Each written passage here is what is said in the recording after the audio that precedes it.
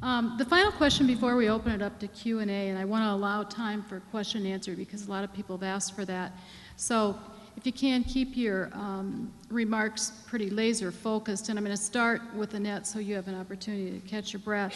And that is, give us your perspective of what you think the utility industry is going to look like in 5 or 10 years and the leadership attributes that you think will be most important. Annette?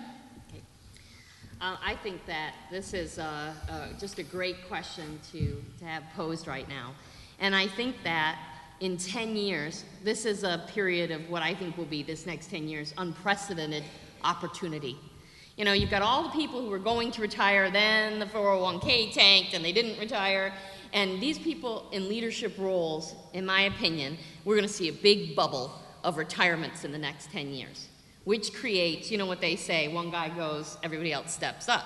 Creates all kinds of opportunity. So I think that as you look at where you want to go in your careers, you know, think about the ways that you can move either within inside your own company or in another company, because there are going to be a lot of opportunities. Make sure you're ready for them, keep your eye out for them, have a good idea of where you'd like to go, but don't have blinders on, so there's something like rates and regulatory affairs comes along. You don't say, oh gosh, no, I really don't want to do that. So, but I think in 10 years, the industry will look more balanced than it does, gender balanced than it does today.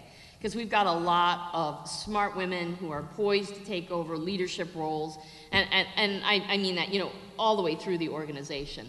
So I think we will see that happen in the next 10 years. And in terms of what leadership attributes would be important, I think that, you know, the world is changing, and I think we do need to be flexible. So in my mind, one of the most important things is be flexible, listen to different ideas. You know, the workplace might look a lot different than it does today in terms of, you know, telecommuting and all kinds of different opportunities, which I think the utility industry has been very, very slow to adopt. But I think that one of the key leadership qualities is, you know, being able to be flexible in your thinking, be able to be persuaded by good ideas. And so I'll leave it at that. Thanks, Annette. Ann? Well, I'm going to go back to my philosophy about kindergarten and say that the teacher isn't always right. And what I mean by that is what I think we will see in the future, and we all, I think, agree, our industry is going to go through tremendous transformation in the next decade. And I think that the way we will get the best out of our companies is to move away from hierarchical structures. We are so command and control, and there are parts of our business where that's absolutely necessary. There are parts of the business where it just hampers us, and we have to move away from that command and control structure. The notion that all intelligence is reposited at the top of the organization and it pushes its way down is ridiculous.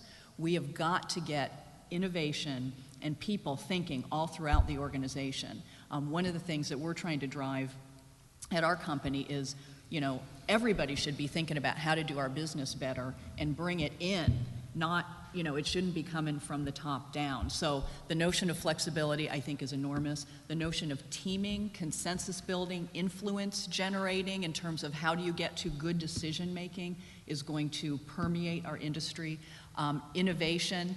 There's a book called The Rise of the Creative Class. It's written by Richard Florida. I recommend it to you, even if you don't read the whole thing, read, you know, a couple chapters. But, you know, his notion, and this is, you know, very much a thread in current thinking on the workforce of the future, is that it's the creative people that will rule in the 21st century. In the 20th century, you know, we were very manufacturing based. It was a different kind of skill set that was dominant, and what we will see in the 21st century is this innovation, creative people. People really are the iron and ore of the 21st century. You know, what were the main inputs and resources for the 20th century? It's people for the 21st century. So innovation, flexibility, getting away from that hierarchical structure, I think that is going to shape our world in the next decade. Good, thank you. Ann, Judy? Well, I agree with a lot of what we say. The only perspective I'd add on it, though, is that I've been in the energy utility business for, you know, over 25 years now, and every year we say we're going to be transformed. I mean, I know, I remember it in the 80s, and indeed, we have seen a lot of change, and indeed, I think technology is going to change us. But there's certain things that also don't change. And so, you know, I think, yes, we're going to go through a lot, but I'm not sure at the end of the day how totally different will be. I think sometimes the discussion is it'll be a lot more different than it really is. I do agree with respect to our workforce. It's going to be a lot more mobile. It's going to be younger. It's going to, I certainly hope, be safer than what we have now. And I do think we're going to be driven to do more to standardize and process what we do. Right now, we have so much of our business concentrated in the brains of a few key operational people. And we need to find a way that it is more standardized so that someone can come in and pick it up a lot more readily than that, because we just simply, I don't believe we'll have people, you know, working for us for 36 years anymore like they did. It'll just be much more mobile. Good, thank you.